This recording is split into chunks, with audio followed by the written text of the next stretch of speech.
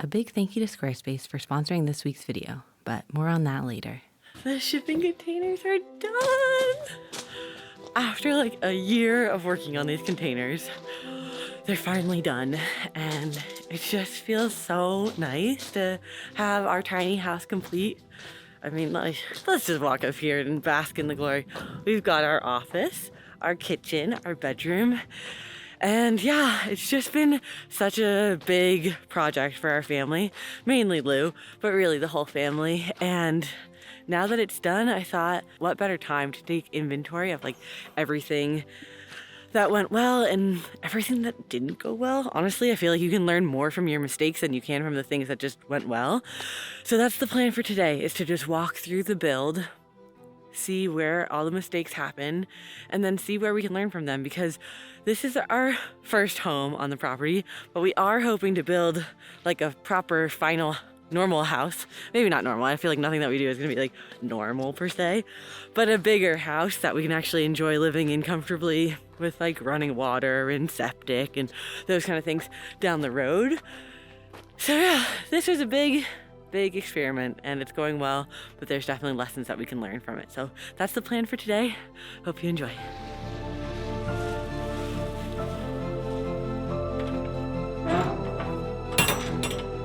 So I built the shipping containers in the order in which I thought we would want them done first, starting with the bedroom shipping container, then the kitchen, and then the office, which means that the bedroom has, I would say, 90% of the mistakes made on the entire build. The kitchen has maybe 8%, and by the time I got to the office, I would say it was down to like 2% of mistakes. Even for something as simple as this steel door, which I installed, I had to teach myself how to use an angle grinder, how to weld, how to install a door. So all in all, I feel like the install actually worked pretty well. It was just the original idea of installing a steel door that wasn't so smart to begin with. Whoa. You like turned it into a safe. Like it's like a human-sized safe. So our hunting cameras had picked up a couple black bears in the area, and that was really the motivation for wanting a solid, strong steel door. So this is the steel door in the bedroom shipping container, and because it's metal, it's really, really cold. Even on the inside, it doesn't insulate almost at all. And then on top of that, you can see here, it doesn't close fully, so there's just air coming in, just cold winter air coming right into the container. There's a key that you could put into here, and because this is like a security door, it has massive bolts, so you could actually bolt it shut up top. You can see where the bolts would go, and that would fix the problem a little bit, but I feel like either way it would have been better to install an insulated door and potentially fix this door in the future somehow with insulation that's like not that annoying to set up on a day-to-day basis. We'll see. So the second mistake I made on our shipping container build was more of a design mistake, I would say, rather than execution, which is personally my favorite kind of mistake to make because you just learn so much from it and it's the kind of thing you won't repeat. These drawers we designed to take advantage of the massive amount of space under the loft king bed. And overall, I would say they actually work quite well. This was the very first time we'd ever designed a system like this and used drawer slides. We've built something somewhat similar on our sailboat a while back, but it wasn't as well executed as this, and it also was not nearly the same amount of storage.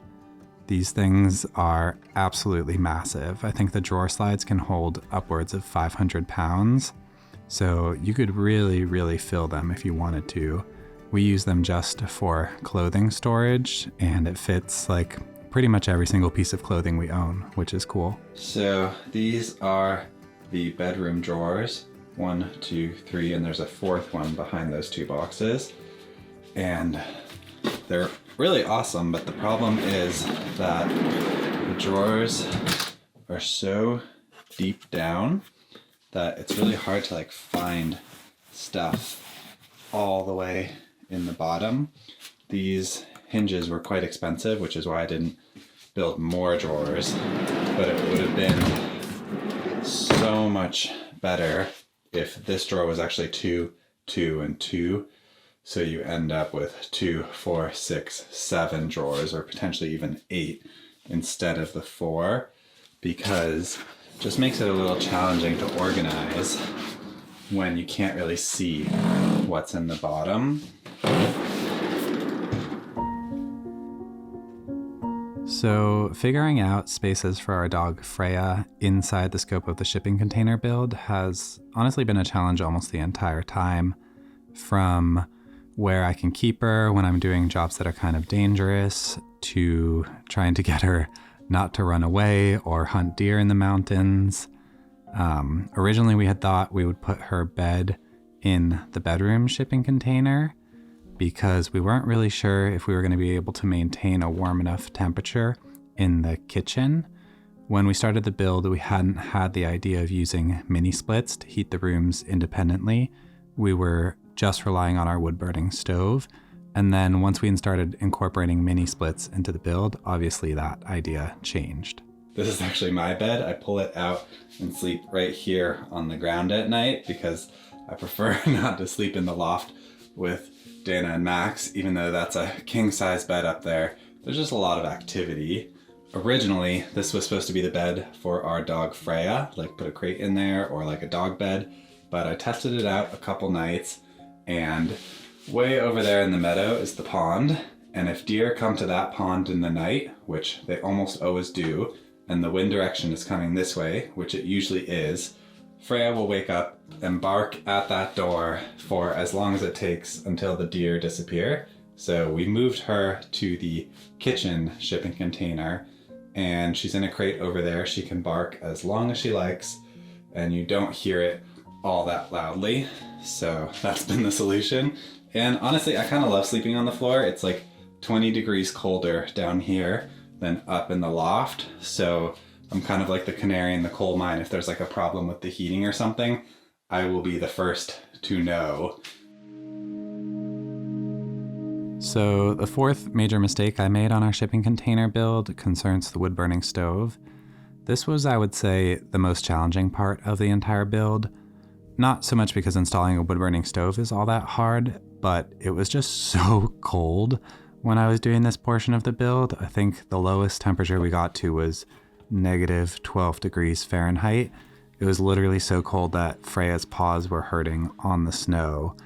And all of these jobs where you can't wear really thick winter gloves were just really, really brutal to do. So for me at least, there was kind of like a before and after on the shipping container build, like life before we had a wood burning stove and life after, and it became significantly easier once you could go into this room and warm up. I really love how it turned out aesthetically, but functionally, it doesn't actually work that well to heat this container. We basically just end up using the mini split because if you use the wood burning stove, it gets really, really hot in here, and then eventually when the fire goes out, the temperature plummets. So it doesn't really work as like a convenient nighttime solution. I feel like if I could do it all over again, I would move this and put it in the office shipping container, because that way when I'm editing, I can make a little fire.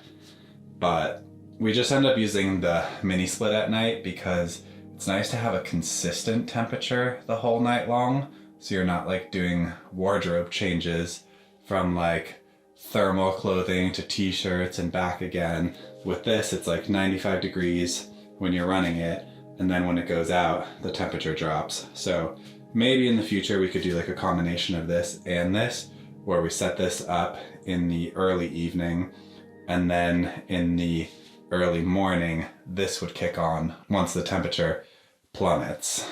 So the fifth mistake I made on the shipping container build occurred over and over again in different forms. It's basically the idea that when you finish a project, if you don't finish it 100%, it's unlikely that you're going to be able to go back and do that like final 5%. In this case, when I finished the wood floors, I had a golden opportunity to varnish them like right there. And instead, I just moved on to the next job, which was installing the bricks for the wood burning stove, and got the entire floor really, really dirty.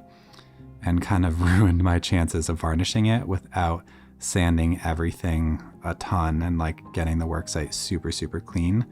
So it's definitely something I hope not to repeat in the future. Just like get the job done the first time right, and then you don't have to go back and clean everything and sand, and yeah, it's just a huge waste of time.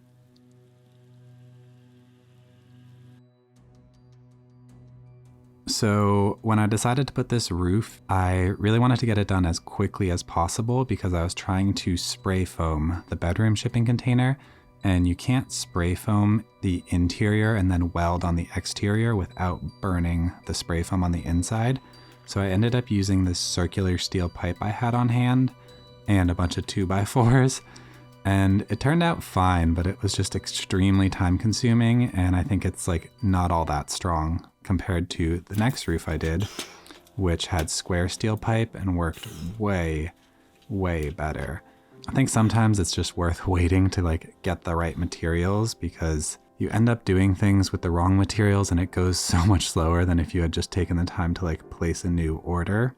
I also made a mistake on this roof, which was welding those welds right there without protecting the lower windows from the welding splatter. So these are the two windows that got affected by the splatter. It's a little hard to see, but the welding kind of like melted the glass and scratched it in a way that you can't clean off. So I feel like on camera you like almost can't even tell, and I don't think anyone besides myself even notices. It's just when you build things yourself, you like see all of the little things that could have been done better. So when I started work on the kitchen shipping container, I feel like I was already in a significantly better place just from gaining experience working on the bedroom shipping container, and also the weather was just so much better, which makes a massive difference on the build. It's just so much more enjoyable if you can work without wearing gloves and not have your hands freeze. But the major design problem we faced in the kitchen shipping container was where to put a fridge, because Freya's crate ended up taking up the area I had originally planned on having a tall fridge. So instead we put a small fridge on top of her crate. So this fridge is one of the biggest mistakes we made. There's nothing wrong with the actual fridge. I think we just realized that we are not the kind of people who can maintain a fridge like this and keep it organized and neat and everything. Basically just turns into a disaster right away, and like once a month you have to clean it because something spills. So I'm hoping one day we can move this fridge somewhere else, build a really nice additional cabinet here, kind of like this one, and then take a fridge that's suited for outdoor use and is capable of withstanding cold conditions, and put it somewhere over here. I feel like that would be really, really nice. So one of the lessons I learned on our shipping container build is that the season in which you build something tends to affect your design choices. In this case, for example, I'm laying down foam for the floor of the office shipping container. And now, sitting here in winter editing this video, I kind of wish I had put down 2 sheets of foam because I feel like the floor would be slightly warmer. I wasn't really sure if we would have room for 2 sheets when I built it because of the clearances of the door. The shipping container isn't really that tall, so you actually have to get your door placement pretty like spot on so that it will open without hitting the ceiling or the floor. But I think if I had been a little bit better at math, I would have realized that one more sheet of foam would have fit perfectly and still allowed the door to open. And yeah, maybe sitting here now in the winter editing this video, my feet would be slightly warmer. I don't really know though, because they just like the shipping containers aren't warm at floor level. The mini splits heat from the top down, so that might be a forever problem. So the office shipping container was the 3rd shipping container we built. And I feel like in terms of speed and quality, this was by far the best shipping container. I would say it took us 1/10 of the time that the bedroom took, and the end product is way, way more beautiful, at least aesthetically, I think. Our friend Carmel was visiting. She's an architect, and together the two of us drew up plans in Rhino for the layout of the desk and the drawers, and I feel like it was just a very, very good design just in terms of the efficiency of the space. But there are a couple little details that you realize afterwards don't really translate from the design application into the real world. So this is how my desk turned out, and this is the area that really bothers me. The laptop goes down there, and then the hard drives go up here with all of the power cables, but we didn't make the width of this wide enough. Over there, the side ports on the laptop barely fit, and it just ended up being so much like messier than it needs to be, especially when you design it yourself. It's like, ay, ay, ay. If I didn't have so many other projects to do, I would just knock this box out and rebuild it like 3 inches wider. But I feel like I'm just gonna live with this for now. It's really not that big of a deal. It's pretty crazy seeing all of the mistakes through the whole build, because it also just like, you get to witness all of the work that Lou and our friends put into the containers and how much love was like poured into the build. And so that's why like the mistakes to me, it's just part of it. You know, when you're building on your own and learning how to do all this stuff, so many things new for the first time. Whoa, it's windy. So many things for the first time, and in this like new area where, you know, we had to get fully set up. It's just bound to be part of the learning curve. And I think that that's actually one of like the most beautiful parts of the process, is just giving yourself the ability to learn on your own and know that when you make mistakes, that's not like you not being good at something, it's you actually giving yourself space to grow. And Lou is so good at that naturally. It's kind of amazing. Like, I feel like it's really easy to like look at Lou, at least for me. I'm like, oh my God, he's just so good at everything, and he like does everything and does it so well. But I think the thing that it's not always as clear is that Lou just doesn't get discouraged by mistakes. And it's just such a cool, incredible quality of him that, yes, he's obviously very good at stuff, but it's also just that he's so persistent and he's so focused on when he sets out to do something that he's gonna do it and do it well. That is just, yeah, it's just amazing. And I feel really lucky to like, get to live alongside somebody who lives like that. But it's just really special, I think, to see the whole progression of the container build and everything that we learned through the process, and so many skills that Lou acquired. And I hope that it's been fun for you. I feel like if you're here watching this, it's quite possible that you were here through the whole build. And like, you know, Lou and I have done a lot of different stuff in our life, from the van to the boat, moving to Hawaii. And yeah, it's just, it's all these skills and all these life experiences built upon them to like put us in this spot. And yeah, it's just really cool. And right now I've been reflecting a lot, because not only is the build done, but I've also been reflecting and writing again, which I haven't written anything in so long, but I've been writing these meditations that we're working on, and I finished writing them. So if you're looking forward to the meditations that are going to be coming out soon, they are written, and that feels so good. So I have 5 meditations. They're going to be like guided meditations, written like guided meditation / visualization / breath work. And Lou's gonna edit them, and then we should be recording this week. So fingers crossed we get them out in a few weeks, because I just like can't wait to share them with you, and I hope that they bring a lot of peace into your life. So that's something that's super exciting that's happening. And yeah, the holidays are here, and it's just really special to be like enjoying them in our home that Lou built. Just like looking at our house right now, and I like, do we have a house? Like, we do. It's just so amazing to like have a house. Max is sleeping right now. I think Lou's editing something, and I'm just sitting out here in the snow, and it feels really cool to be home. A big thank you to Squarespace for sponsoring this week's video. Squarespace not only makes the initial design process so easy for your website, but it also allows you to make alterations seamlessly. This means your website can grow with you as you and your business evolve. Here's our latest addition to wildlyroam.com, a page where you can sign up and share with us your dreams for our upcoming meditation series. Getting your direct feedback has made me even more excited to share this new project with you. I really love creating our website with Squarespace, because they make it so incredibly simple to run our online store with easy-to-use tools and a ton of customizable options. To see for yourself, head to squarespace.com/wildlyroam for a free trial and 10% off your first purchase of a website or domain. Thanks so much for watching, and we'll see you next week.